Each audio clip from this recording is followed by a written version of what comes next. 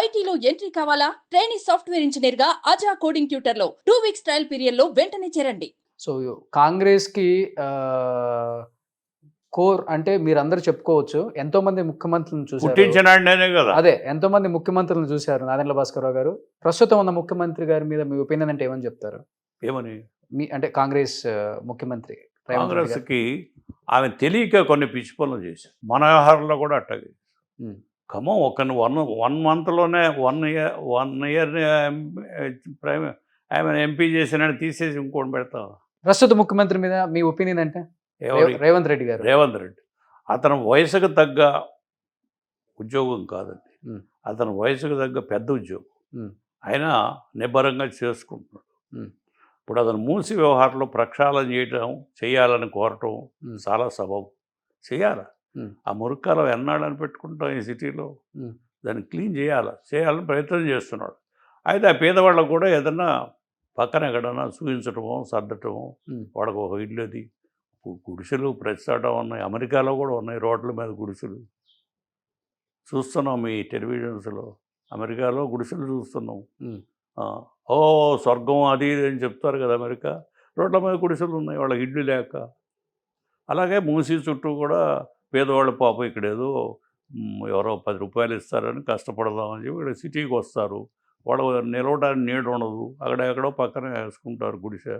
అది పీకేస్తే వాళ్ళ లబోదివ్వమని ఏడుస్తారు. సహజం అది. వాళ్ళకి ఏదైనా ఆల్టర్నేటివ్గా చూపించాలి. చూపించి తీయాలి. ఆ మూసీ మాత్రం బాగు చేయాలి. అతను కరెక్ట్ సపోర్టివ్. ఓకే, బాగా చేస్తున్నాడు.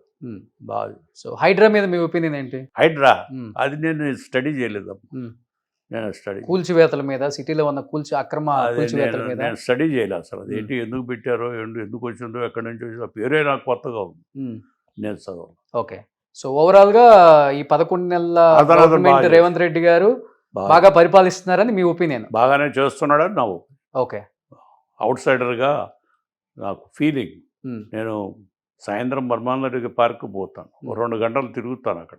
వాళ్ళు వీళ్ళు కలుస్తారు, ఆఫీసర్లు కలుస్తారు, రిటైర్డ్ ఆఫీసర్, పొలిటీషియన్స్ కలుస్తారు. అందరూ మాట్లాడుతూ ఉంటారు. కనుక నేను ఎక్కడ పలకరించినా కూడా మంచి అభిప్రాయమే ఉంది. అది సో వయసుకు తగ్గ జాబ్ కాకపోయినా కానీ బాగా చేస్తున్నారని మీ ఫీలింగ్? అది అది ఓకే, ఎందుకు వ్యతిరేకత ఎక్కువ వస్తుంది మిగతా పార్టీల నుంచి రేవంత్ రెడ్డి గారి మీద? రకరకాల కోరికలు ఉంటాయి. రకరకాల కోరికలు ఉంటాయి వాళ్ళకి. పార్టీ స్టాండ్ ఉంటుంది. ఇప్పుడు నేను ఏదైనా అతను సపోర్ట్ చేయటం మా పార్టీకి ఇష్టత లేకపోవచ్చు, కానీ నేను ఈ పార్టీలు ఇవి దాటి మాట్లాడతాను కదా. నాకు ఒక అనుభవం అంటూ ఉంది కదా.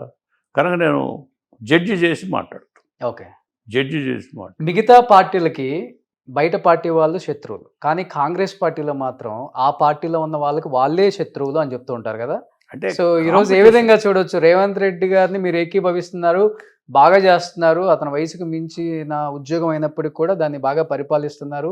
ఈ 11 నెలల్లో ఆయన తీసుకున్న డెసిషన్స్ కూడా చాలా మంచివి అని చెప్తున్నారు. ఇంత అనుభవం ఉన్న ఒక రాజకీయ నాయకులు మీరు చెప్పడం నిజంగా గ్రేట్ అది. బట్ ఎలా చూడవచ్చు దాన్ని? ఆయన అడ్డుకుంటున్న కొంతమంది ఆయన పార్టీ నాయకులైన పేర్లు కూడా బయటకు వస్తున్నాయి కాబట్టి నేను హ్రస్వ దృష్టితో చూడను. అతను పాపం యంగ్స్టరు. ఆ ఏజ్లో అంత బరువు అతని పేరు పెట్టారు. కొలీగ్స్ అక్కడ తగులాడుకున్నట్టు, పిచ్చి మాటలు మాట్లాడినట్టు నాకెక్కడ కనపడలా. అలాగే ఏదైనా సమస్య వచ్చినా కూడా సమస్య అటెండ్ అవుతున్నాడని కూడా చెప్తున్నారు వెళ్ళి వచ్చినాడు. అవును. కనుక ఇవన్నీ కూడా నాకేమనిపించిందంటే అతని వయసుకు మించిన భారం మోస్తున్నా కూడా ఎక్కడ పొరపాటు చేయట్లేదు, బాగానే నడుపుతున్నాడు అని అభిప్రాయం. సో 100కి ఎన్ని మార్క్స్ వేయచ్చు రేవంత్ రెడ్డి గారు? అలాంటివి నేను పార్టిసిపేట్ చేయాలి కనుక ఆ ఫీలింగ్ అది. సో ఇప్పుడు కాంగ్రెస్ గవర్నమెంట్ కులగణన అని ఒకటి తీసుకొచ్చింది. కాంగ్రెస్ కులగణన అని ఒకటి తీసుకొచ్చింది కులాల మీద. దాన్ని ఏ విధంగా చూడొచ్చు? ఇప్పుడు మీకు మనం చేస్తాం ఇదే విషయాన్ని వాళ్ళు ఇంకొక రకంగా తెలుసుకోవచ్చు. ఎవరు ఏ కులం ఎంత ఉన్నారు, ఏ కులం ఎంత ఉన్నారు, ఎవరు ఏం చేస్తున్నారు. ఇదేమవుతుందంటే నేను గ్రామ వాతావరణం నుంచి వచ్చిన మనిషి. నేను ఈ మధ్య మా ఊరు వెళ్ళాను, చూశాను. ఇదివరకట్లాగా లేవు ఈ కులాలు తగువులు అవి.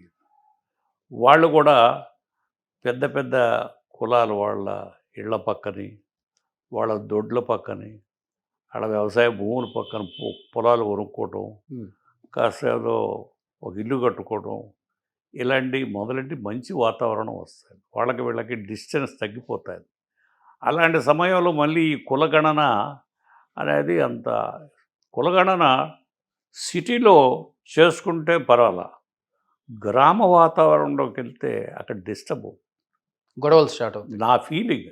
ఉమ్, కనుక ఎందుకు ఇది లేనిపోయింది ఇంకో విధంగా తెలుసుకోవచ్చు. రేషన్ కార్డులు ఉంటాయి, ఇంకేవో ఉంటాయి, ఎన్నో ఉన్నాయి కదా తెలుసుకోవడానికి. అలాంటివి చేసుకోవచ్చు కదా, ఎందుకు ఇది అని భావన నాకు. ఉమ్, అదే నేను ఎక్స్పాండ్ చేసి చెప్పాను మార్నింగ్ ఓకే. ప్రెస్కి. అది కనుక దీనివల్ల ఇప్పుడు ఎందుకు చెప్తున్నానంటే, ఇది తొందరపడి ఏదైనా చేస్తే భాషా రాష్ట్రాలు అన్నారు. భాషా రాష్ట్రాలు మీరంతా యంగ్స్టర్స్, అప్పుడు తెలియదు మీకు, మేమే యంగ్స్టర్స్. భాషా రాష్ట్రాలు వద్దు అని చాలామంది పెద్దలు ఆర్గ్యూ చేశారు. కాంగ్రెస్ పార్టీలోనూ అన్ని పార్టీల్లోనూ ఆర్గ్యూ. కుదించుకుపోతాం, నేషనల్ ఇంటిగ్రిటీ పోతుంది. భాష ఏంటి, అన్ని భాషలు మాట్లాడుకోవచ్చు, ప్రభుత్వం అవసరం నడుస్తుంది. మెడ్రాస్ ప్రెసిడెన్సీ అనేవాళ్ళు అప్పుడు. మెడ్రాస్ ప్రెసిడెన్సీలో కర్ణాటక, ఆంధ్ర, అటు తమిళనాడు, అదేది కర్ణాటక, అది కేరళ అన్నీ ఉండేవి. అట్లా దాన్ని చెడగొట్టి భాషా రాష్ట్రాలుగా విడగొట్టారు. ఉమ్, అది చేయాలని భాష మీద ఆధారం అయితే ఇంకా ఏదో బాగా వస్తుంది, అంతా ఇంకా చక్కగా నేర్చుకుంటారు అడ్మినిస్ట్రేషన్ అది చెప్పి తెచ్చారు. ఏమైంది? ఒక భాష వాళ్ళు ఒక రాష్ట్రంలో ఉన్నారా? ఒక భాషలో రెండు రాష్ట్రాలు ఎట్లా పుట్టినాయి? ఎందుకు పుట్టినాయి? ప్రాంతం. ఓకే. మా ప్రాంతం మాది, మీ ప్రాంతం. కనుక దీనికి ఎండ్ ఉండదు. ఈ కులగణన కూడా అంతే అని నా feeling. Um, to add to that, కోర్టులు ఏం చేసినాయి అంటే 50% రిజర్వేషన్స్, మిగిలిన 50% general quota. Um, you can't touch it. Other క్యాస్టులు తెలియగల పిల్లలు వస్తారు వాళ్ళు. కనుక ఈ 50% దాటి అక్కడ నువ్వు ఇవ్వటానికి వీలు లేదు కదా. నువ్వు ఎందుకు ఈ గణన మరి? నీకు గుణాలలో రేపు ఎక్కువ మంది వస్తారు, ఏం చేయగలవు నువ్వు? నువ్వేం పెంచగలవా? 50 దాటి పెంచలేవు కదా. కోర్టులన్నీ కామెంట్ చేసి జడ్జిమెంట్స్ అన్నీ ఇచ్చారే కదా. దేనికోసం చేస్తున్నావు? కనుక కులాన్ని తెలుసుకోవాలనుకుంటే నీకు వేరే మార్గాలు ఉన్నాయి. ఈ ఘర్షణ వాతావరణం ఎందుకు క్రియేట్ చేయిస్తారు, ఎందుకు దాన్ని అలౌ చేస్తారు అని నా భావం. ఉమ్. అంతేగాని వేరే నాకేమీ దుర్బుద్ధితో చెప్పింది కాదు.